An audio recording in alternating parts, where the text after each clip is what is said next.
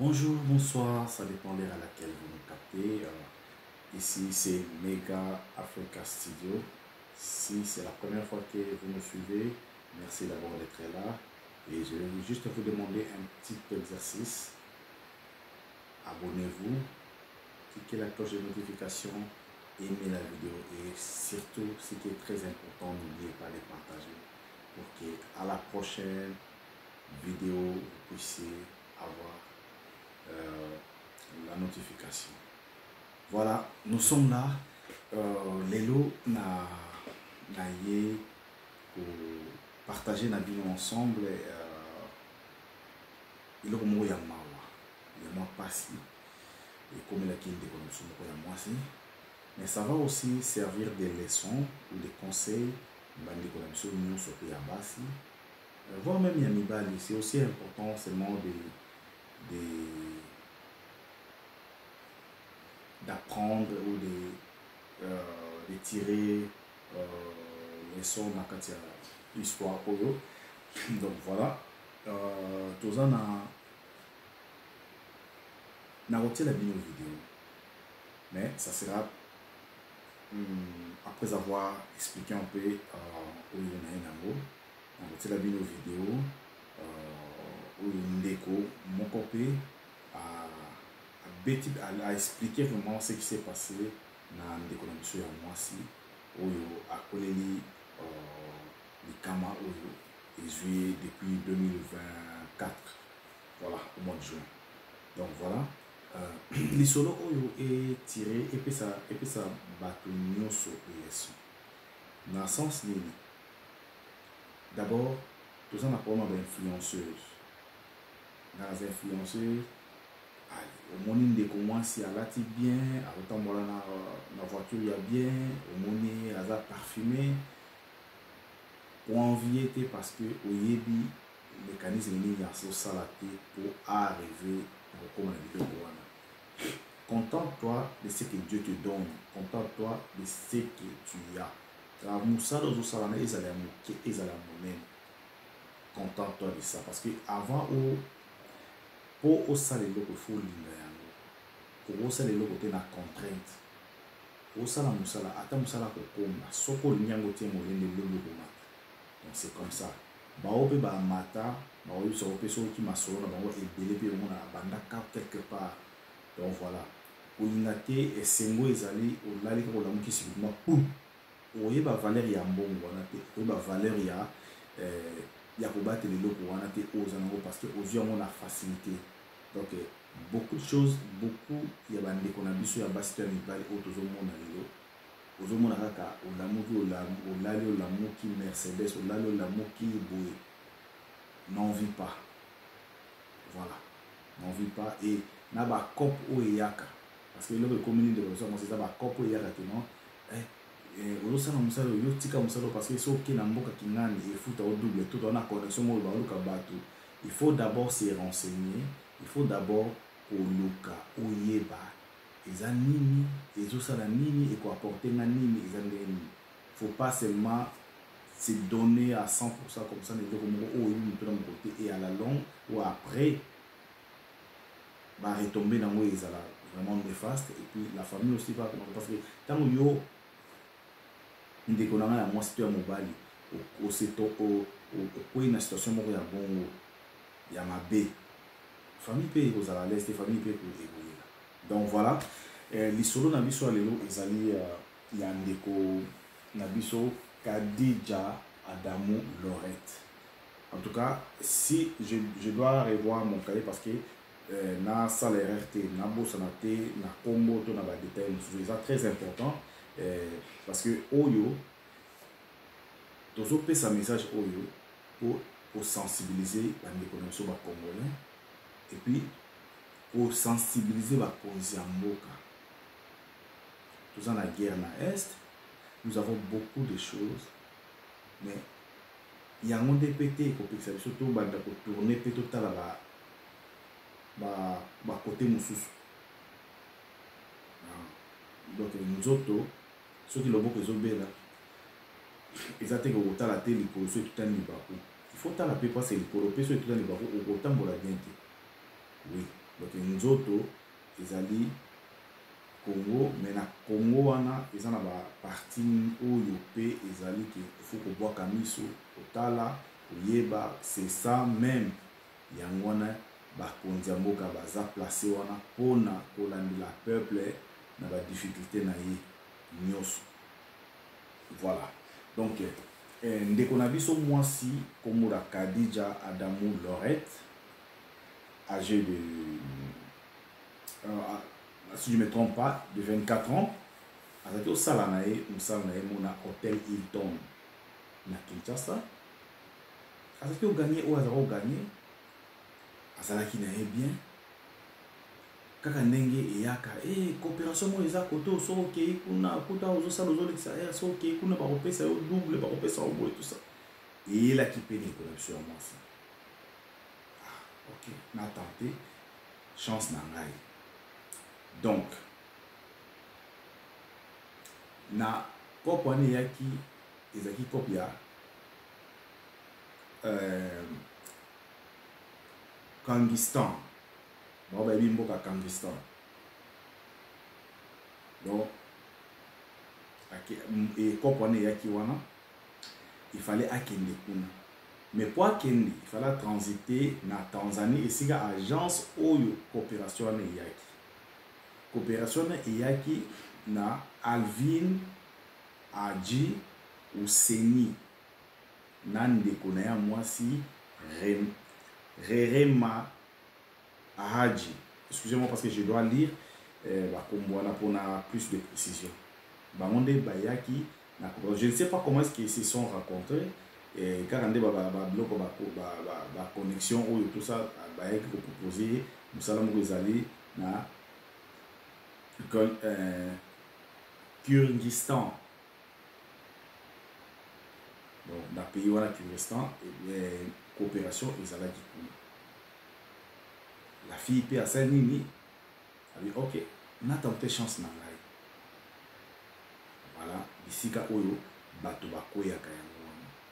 Soki biloko boye, il faut d'abord se renseigner. Bazo mina bato bambongo ebele, bato bazo kufa kaka bongo, bazo kidnapper bato parce que on se laisse donner à 100% sans toutefois vérifier l'information à la source. C'est très important. Même à le salaire, il y a $10,000. Il faut qu'on y ait. Salaire à moi, il y a $10,000. Nous avons un appétit. Les gens ont salani. Les gens ont il faut que ça là très attention. Voilà. Très attention. Très attention. Voilà. Donc, alors, la fille a quitté Kinshasa au mois de juin 2024. Elle a sali transit na Tanzanie parce que agence wana oyo bazobenga Sisi kwa Sisi. De agence oyo ba monsieur Alvin Ahadji Ouseni na cousine na ye Rerema Ahadji ba étant de Rosalaki bango de ba kolo agence wana oyo ils en a Tanzanie babenga Sisi kwa Sisi. Donc elle devrait passer par là pour la formalité mususu oyo ngana yo to yebi penzate. Donc moi je raconte seulement ce que oyo ba peseli ngai na oyo ngana zui. Voilà. Donc je ne peux pas ajouter au ça a i o non car au non le bawan. Mais c'est très important. Alors ba komi na Tanzanie mais après alongwe akei na Kyrgyzstan. Na Kyrgyzstan là ça komi akutani na mwana mobali moko oyo yambi azuye nzoka bake na ye bake ko enfermer na ndako babetaka ye baviolaka ye. D'abord la première des choses na bosani on l'a arraché le téléphone, arraché biloko tout et qu'on permettre qu'il a contact na mutu nyonso enfermé na ndako ba torturaka ye ba violaka ye. Donc baosala ye nyonso ekosala ya mabe et Il y avait un certain jour, quand le garçon, le monsieur là, a zuyé, bon, je ne sais pas quoi qu'il y ait quelque part, tout le monde. La fille a mis qu'au bel là au secours na balabala. Il n'y avait personne pour le secourir. Et puis, énerva qui est sur le garçon en question, le monsieur en question, a bêté les choses bien, a enfermé, a violé, a sali au nion sur a sali au ça. Alors, elle passe et l'équipe attend.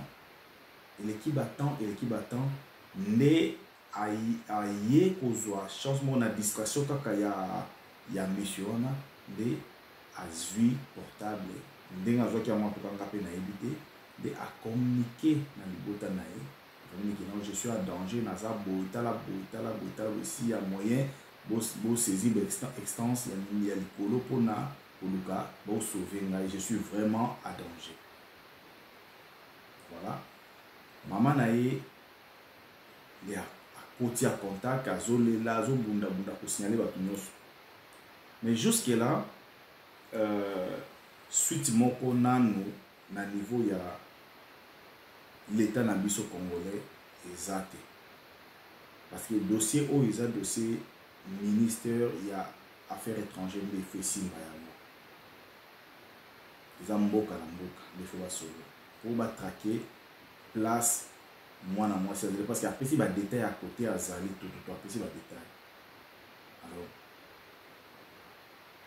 la question dont je me pose na kotiela bino moi badetail wana moi vidéo wana nango, mais la question dont moi je me pose komona biso tozaka ba spécialiste ya kotia mbongo na poche kolata cravate mais ndeko na biso mwasi wana aza na danger. Je crois que pour nga na recevoir information oyo bato mosusu mpe barecevaki yango. Je ne crois pas que bakonzi na biso ya mboka bamonaka te oyo elekaka ata na internet bamonaka soki lelo baarrive kokanga TikTok na Congo parce que batalaka mpe yango bamonaka oyo elekaka. Donc qui veut dire que bainformation nyonso oyo elekaka na kati ya bareseau sociaux bakonzi na biso ya mboka bamonaka yango. Alors ndeko na biso ya mwasi aza kosouffrir esika azali wana. Soki gouvernement na biso akosala quelque chose en tout cas ekozala très bien. Bandeko nyonso bokomona image oyo to vidéo bopartage yango parce que ndeko na biso Kadija Adamou Lorette aza à danger. Elle risque sa vie. Akoki koboma ye baye kosala nyonso akosala pourquoi kaka biso ba Congolais tozalaka baombuya ba étranger. Libanais na Congo azodondwa akopesa Congolais salaire oyo alingi soko sakani na ye aobenga général moko oyo ayebani na ye alesaka ye mwa mike. Mais na bamboka libanda biso tozalaka eloko te tozalaka eloko te, je vous assure tozalaka eloko te mutu akoso te tozalaka eloko te. Moi je suis en Afrique du Sud oyokama bato savoir que non you are not a citizen. Oza mwana mboka te, oza étranger. You are foreigner, so this one first for citizen. So oyo eza mpona ba étranger te, eza mpona bana mboka. Donc kwa nini na mboka na biso pete tokotia azala pe bongo bakonzi biso ya mboka bopesa peuple valeur. Dans le sens que basali peuple congolais eloko moko bino pe botelemi boagir bamona ke non quand même toza délaissé te na ba propre sort na biso moko te. Bamona ke nous avons quand même un gouvernement oyo azotala peuple na ye. Nous avons quand même ba responsable ya mboka oyo ba pe na souci ya peuple. Mutu akosa pe totambolaka libanda omona ke na mboka wana mwana mboka nde aza na valeur liboso eloko nyonso kosala mwana mboka wana liboso babomaka combien de Congolais baboma na haine oyo tomona na gouvernement so agisaka te eloko te elekaka na bongo. lelo siko ndeko na biso ya mwasi wana Lorette aza à danger akokufa bakobome anytime. En tout cas l'état congolais soki en tout cas ba message oyo parvenir bino faites quelque chose pour na sauver mwana mwasi oyo aza vraiment à danger. Donc voilà, je vais vous mettre la vidéo bolanda vidéo wana et interpeller pe bandeko mosusu ya mibali pe ya basi parce que tant bayeli yo coopération il faut ça là effort ya kolukana koyeba source ya coopération les ndenge nini okende ka ngulu te parce que batie monta moko boye kaka na monta wana nde vie na yo omona pe mbongo wana te omona pe lokote me vie na yo nde eke ya danger. Faites très attention, très attention. Donc tout ça la vraiment keba, faisons tous attention, très attention na la coopération ba makambo yaka sans toutefois vérifier parce que okika de batie autant atikana tia nzoto ekufeli te non.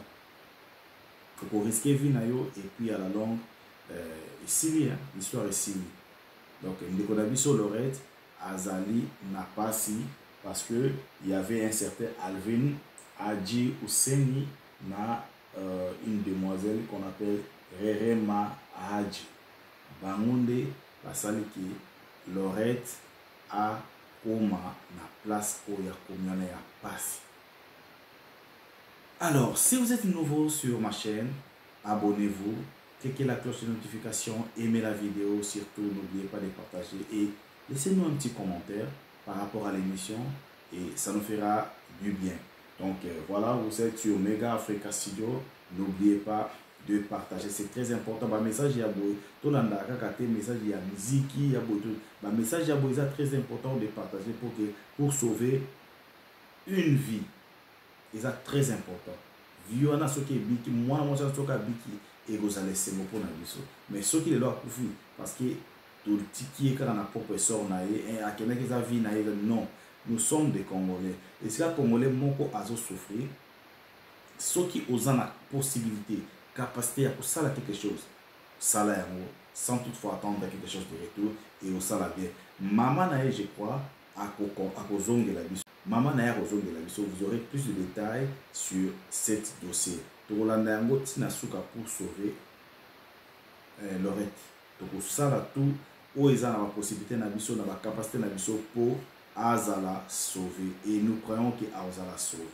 Alors yo pe place aux alliés ceux qui ont moni ndeko na congolais aza danger ko kanga misoté ça là quelque chose. Autre ça là il faut pas tous la car retourner na bato mais Dieu aussi et nous réserve des surprises. Voilà la vidéo. On se retrouve à la prochaine numéro. Je vous présente la photo de Khadija Adamou Lorette, une jeune fille originaire de la République démocratique du Congo, qui travaillait comme serveuse à l'hôtel Hilton à Kinshasa. Un jour, un Tanzanien nommé Alvin Hadji Ouseni, accompagné de sa sœur Rerema Hadji, nous avons pu avoir juste une photo pas très lisible de la sœur Rerema Hadji, se sont présentés à Khadija Adamou Lorette en se faisant passer pour des recruteurs d'emploi bien rémunérés au Kurdistan, affirmant que les salaires y étaient plus élevés qu'en République démocratique du Congo. Ils lui ont dit que si elle était intéressée pour travailler au Kurdistan, elle n'avait besoin que de son passeport et qu'il s'occuperait des frais de voyage. Donc, Khadija était intéressée. Khadija Adamou Lorette a accepté et a entrepris les démarches pour obtenir son passeport avant d'être envoyée au Kurdistan en juin 2024. Mais avant d'arriver au Kurdistan, elle est d'abord passée par la Tanzanie, car l'agence du Tanzanien Alvin Hadji et de sa sœur Rerema Hadji était basée là-bas. Et leur soi-disant agence s'appelle Sisi Kwa Sisi, l'agence des Tanzaniens. Ok. À son arrivée au Kurdistan, dans la capitale dont le nom est Erbil, un homme nommé Bezan Ali, qui se présentait comme un manager de l'agence de nettoyage Asian Gulf, l'attendait à l'aéroport. Cependant, au lieu de l'emmener travailler comme convenu, il a plutôt ramené la jeune fille dans un endroit sombre pour l'enfermer dans une pièce isolée. Il lui a confisqué son téléphone et son passeport. Et il n'arrête pas de la frapper, de la torturer et d'abuser d'elle jusqu'à aujourd'hui.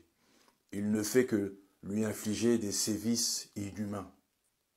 Et malgré cela, la jeune fille a réussi à envoyer un message à sa famille avec certaines informations pour tenter de la localiser. Apparemment, son agresseur l'emmenait parfois avec lui pour effectuer certaines démarches. Et pendant qu'il était distrait, elle a réussi à trouver un téléphone pour envoyer des messages et des vidéos. Elle a également crié à l'aide, mais personne dans la rue n'a réagi. Ce qui a mis son agresseur en colère et il l'a encore frappé. Il l'a complètement tabassé. Et il l'a frappé devant tout le monde. Ainsi, la jeune fille est devenue un peu comme son esclave. Elle est devenue comme sa possession. Ok. Aujourd'hui, avec la situation très compliquée en République démocratique du Congo, je ne sais pas s'il existe encore une autorité crédible dans le pays, mais je tente quand même de solliciter l'attention du ministre des Affaires étrangères sur cette affaire, qui est extrêmement grave. Nous sommes concentrés sur la guerre, bien sûr, mais cela ne doit pas nous empêcher d'aider aussi une jeune Congolaise qui subit actuellement des atrocités au Kurdistan. La famille de la jeune fille a déjà déposé un dossier auprès des services des affaires étrangères en République démocratique du Congo. Et il est plus qu'urgent que les autorités congolaises prennent contact avec leurs homologues du Kurdistan. Les autorités congolaises doivent contacter les autorités du Kurdistan pour exposer cette situation et demander l'arrestation immédiate du Kurde en question qui détient Kadija Adamou Loret, tout en veillant à sa mise en sécurité afin que les autorités congolaises puissent la récupérer. Il faut aider cette jeune fille. Okay? Il s'agit d'une situation extrêmement grave où une jeune Congolaise est torturée, abusée au Kurdistan par un sale animal de Kurde dont nous connaissons plus ou moins la localisation grâce aux photos envoyées par Kadija Adamou Loret. Et ce Kurde, apparemment, qui détient la jeune fille, n'est pas très loin de l'aéroport d'Erbil, l'aéroport international de la capitale d'Erbil au Kurdistan. Il est au niveau du barbershop Sham Center, en face du Burger King, qui se situe sur Kowa Road. Ok? Donc, Madame la ministre des Affaires étrangères, la personne qui m'a contacté pour cette jeune fille, c'était sa mère. Elle était en larmes, dévastée, hurlant au téléphone, rien qu'à l'idée de penser aux atrocités infligées à sa fille par cet individu inhumain, qui n'est rien d'autre qu'un animal. La maman ne trouve pas le sommeil dès qu'elle ferme les yeux. Elle voit sa fille souffrir, torturée et agressée par cet animal de Kurde. Je vous sollicite pour que vous puissiez agir. Regardez sa photo. Elle a à peine 24 ans. Elle pourrait être votre fille.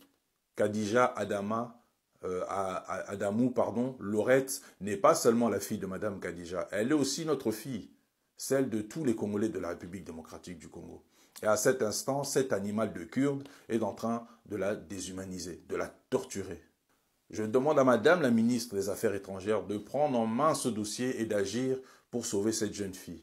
Nous appelons également tous les Congolais à travers le monde à faire du bruit autour de cette affaire. Affichez la photo de Kadija Adamou Loret partout où vous serez, dans les réseaux sociaux. Cela pourrait contribuer à sa libération. Contactez sans relâche l'ambassade du Kurdistan, où que vous soyez. Envoyez-leur des courriers, envoyez-leur des mails pour exiger l'arrestation du ravisseur et la mise en sécurité de Kadija Adamou Loret afin qu'elle puisse être récupérée.